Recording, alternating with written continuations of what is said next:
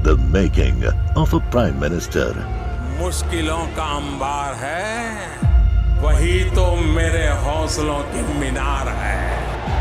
हिंदुस्तान में दो प्रधान, दो निशान नहीं चलेंगे। अगर इतनी ताकत ये पाकिस्तान के खिलाफ लगा दे तो आतंकवाद आजाद हो गया। हम चुनौतियों से टकरा रहे हैं। सर्जिकल स्ट्राइक और एयर स्ट्राइक करके नए भारत के सामर्थ्य का संदेश भी दे दिया है। तुम उठो, तिरंगा लहरा दो। जननायक नरेंद्र मोदी के 20 वर्ष पुराने भाषणों पर आधारित एक बेहद लोकप्रिय कार्यक्रम। क्या कहते हैं नरेंद्र मोदी?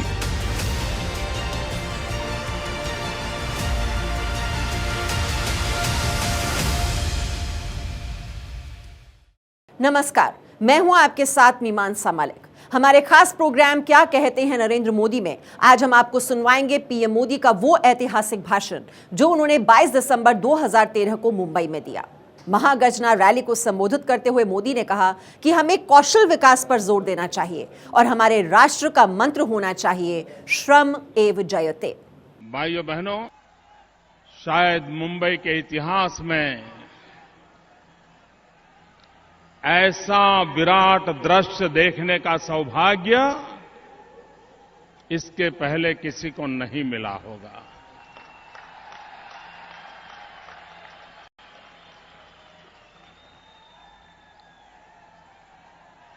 जहां तक नजर पहुंच रही है, माथे ही माथे नजर आ रहे हैं।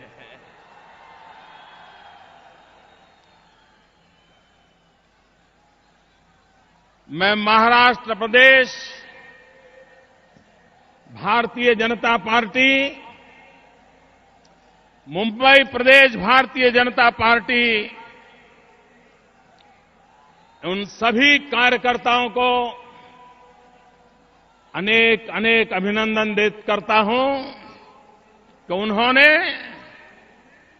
इस ऐतिहासिक घटना को साकार करने के लिए जी जान से कोशिश की, सफलता पाई और एक अभूतपूर्व विश्वास के साथ परिवर्तन का संकल्प लेकर के यहां से लाखों लोग महाराष्ट्र की गली गली में पहुंचेंगे, ऐसा मेरा पूरा विश्वास है।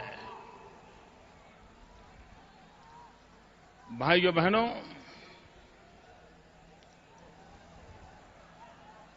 हम गुजरात वालों के लिए मुंबई ये दूसरा घर है।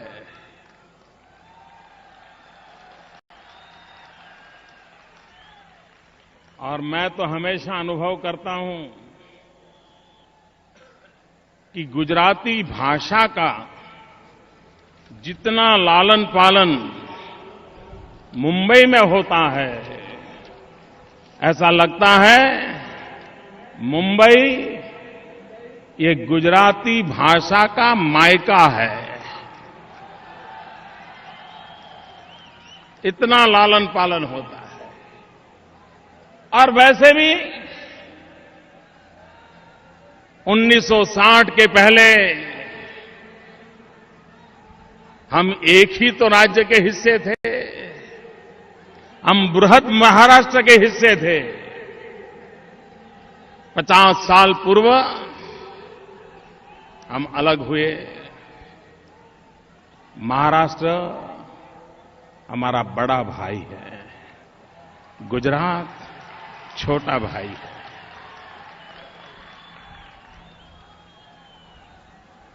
लेकिन भाइयों बहनों, जब गुजरात अलग हुआ तब ये चर्चा होती थी कि राज्य प्रगति कैसे करेगा। पानी नहीं है, प्राकृतिक संपदा नहीं है, उद्योग नहीं है और इतना बड़ा रेगिस्तान है, उधर पाकिस्तान है, तो गुजरात प्रगति कैसे करेगा? लेकिन भाइयों बहनों, जब हम अलग हुए तब कुछ नहीं था, लेकिन आज गुजरात ने विकास की नई ऊंचाइयों को पार करके सामान्य मानवी का भला हो सकता है,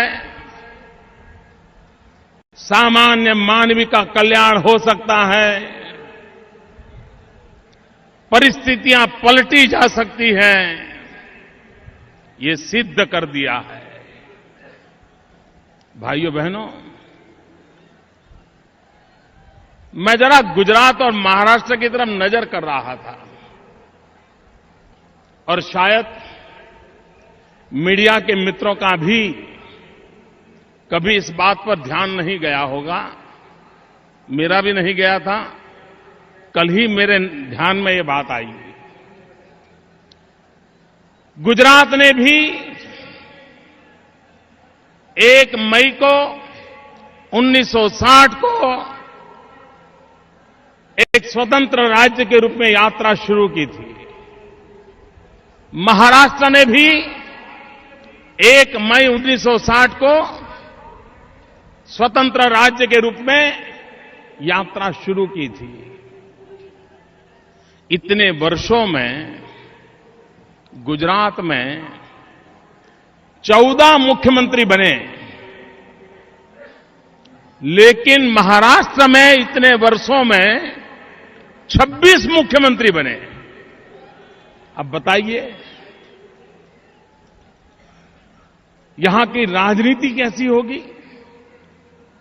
यहां के राजनीति के तौर तरीके कैसे होंगे?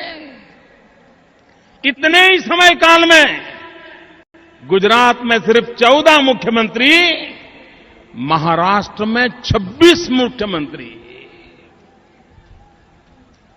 एक आता है तो दूसरा भगाने में लगा रहता है। भाइयों बहनों, स्किल डेवलपमेंट पर बल देना चाहिए। हमारे गरीब मजदूर की डिग्निटी का सोचना चाहिए। भारत में मंत्र होना चाहिए, श्रम एव जयते। श्रमिक का सम्मान होना चाहिए, ये हमारे देश का मंत्र होना चाहिए। और हो सकता है, भाइयों बहनों, मैं गुजरात का उदाहरण देना चाहता हूं। हम सामान्य जीवन जीने वाले व्यक्ति की डिग्निटी के लिए क्या कर सकते हैं? और बजट खर्च नहीं होता है। हमने एक छोटा सा निर्णय किया, गरीब परिवार का बच्चा पढ़ाई नहीं कर सकता है तो आईटीआई में जाता है, टर्नर बनता है, फीटर बनता है, प्लम्बर बनता है, लेथ मशीन चलाता है, वायरमैन बनता है। यही छोटे छोटे काम साल, 2 साल, 1.5 साल के कोर्सेज करता है और फिर बेचारा नौकरी ढूंढता रहता है। हमने एक बड़ा ऐतिहासिक निर्णय किया।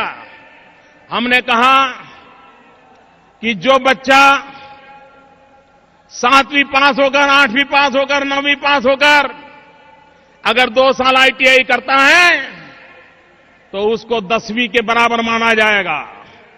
जो 10वीं के बाद आईटीआई करता है उसको 12वीं के बराबर माना जाएगा। और बाद में अगर वो डिप्लोमा इंजीनियरिंग जाना चाहता है तो उसी के सहारे जा सकता है। डिप्लोमा में अच्छा कर करके अगर वो डिग्री इंजीनियरिंग में जाना चाहता है तो वहां भी जा सकता है, उसके दरवाजे बंद नहीं होंगे। और उसके कारण जो गरीब मां का बेटा था, विधवा मां का बेटा था, उसको यह अवसर मिला है। क्या हिंदुस्तान में नहीं हो सकता है? भाइयों बहनों, भ्रष्टाचार, इतना भयंकर भ्रष्टाचार, क्या इस देश को भ्रष्टाचार से मुक्ति मिलनी चाहिए या नहीं चाहिए?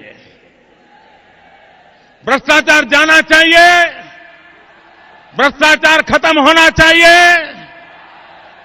हो सकता है, हो सकता है दोस्तों, मैं आपको उदाहरण देता हूं, हो सकता है। भाइयों बहनों, महाराष्ट्र और गुजरात मैं एक बड़ा मजेदार उदाहरण देता हूं आपको। हमारे गुजरात में चेक पोस्ट है भिलाड़ में, और आपके महाराष्ट्र में चेक पोस्ट है अछाड़ में। एक ही रोड पर उधर गुजरात का चेक पोस्ट है, 2 किलोमीटर यहां महाराष्ट्र का चेक पोस्ट है। दूसरा, गुजरात में सोनगढ़ में चेक पोस्ट है और महाराष्ट्र में नवापुर में चेक पोस्ट है। उस रास्ते पर जो व्हीकल गुजरात के चेक पोस्ट पर आते हैं, वही व्हीकल महाराष्ट्र के चेक पोस्ट पर आते हैं। जितना रेट गुजरात के चेक पोस्ट पर होता है, उतना ही रेट महाराष्ट्र के चेक पोस्ट पर होता है। लेकिन गुजरात के चेक पोस्ट पे और महाराष्ट्र के चेक पोस्ट पर फर्क ये है कि हमारे चेक पोस्ट पर टेक्नोलॉजी है, इंफॉर्मेशन टेक्नोलॉजी का नेटवर्क है, ह्यूमन इंटरवेंशन कम है, सारी चीजें मशीन से होती हैं, और महाराष्ट्र में चेक पोस्ट पर मैन्युअल होता है। और परिणाम क्या है मित्रों? पिछले 10 साल में महाराष्ट्र के चेक पोस्ट की इनकम 437 करोड़ है, 437 करोड़, और गुजरात के चेक पोस्ट की इनकम है 1470 करोड़। महाराष्ट्र से उसी चेक पोस्ट पर गुजरात की इनकम 1033 करोड़ रुपया ज्यादा है। इसी महाराष्ट्र की धरती से लोकमान्य तिलक ने एक मंत्र दिया था, स्वराज मेरा जन्मसिद्ध अधिकार है। भाइयों बहनों, स्वराज मेरा जन्मसिद्ध अधिकार लेकर के देश लड़ता रहा, स्वराज मिला। आज समय की मांग है, हम सब ललकार करें कि स्वराज्य ये मेरा जन्मसिद्ध अधिकार है। आजादी के पहले स्वराज्य हमारा जन्मसिद्ध अधिकार था, आजादी के बाद स्वराज्य हमारा जन्मसिद्ध अधिकार है। आज सारी समस्याओं की जड़ में हमारा बैड गवर्नेंस है। और भाइयों बहनों, शरीर कितना ही स्वस्थ क्यों न हो, कितना ही मजबूत दिखता क्यों न हो, वजन अच्छा हो, ऊंचाई अच्छी हो, नींद अच्छी आती हो, सांस ठीक हो, सब ठीक हो, लेकिन एक बार अगर डायबिटीज हो जाए तो दिखने में तो कोई फर्क नहीं पड़ता है, लेकिन बारी बारी से सैकड़ों बीमारियों का वो घर बन जाती है। शरीर में सैकड़ों बीमारियां घुस जाती हैं, धीरे धीरे सारा शरीर नष्ट हो जाता है।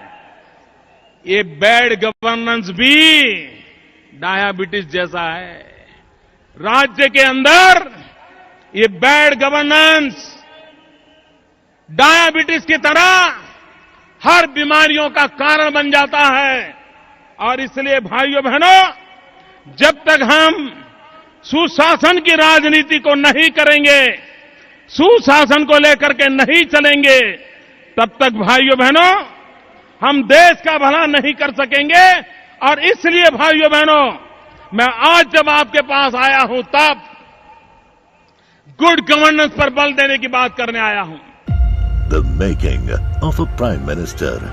मुश्किलों का अंबार है, वही तो मेरे हौसलों की मीनार है। हिंदुस्तान में 2 प्रधान 2 निशान नहीं चलेंगे। अगर इतनी ताकत ये पाकिस्तान के खिलाफ लगा दे तो आतंकवाद आसान हो गया। हम चुनौतियों से टकरा रहे हैं, सर्जिकल स्ट्राइक और एयर स्ट्राइक करके नए भारत के सामर्थ्य का संदेश भी दे दिया है। तुम उठो, तिरंगा लहरा दो।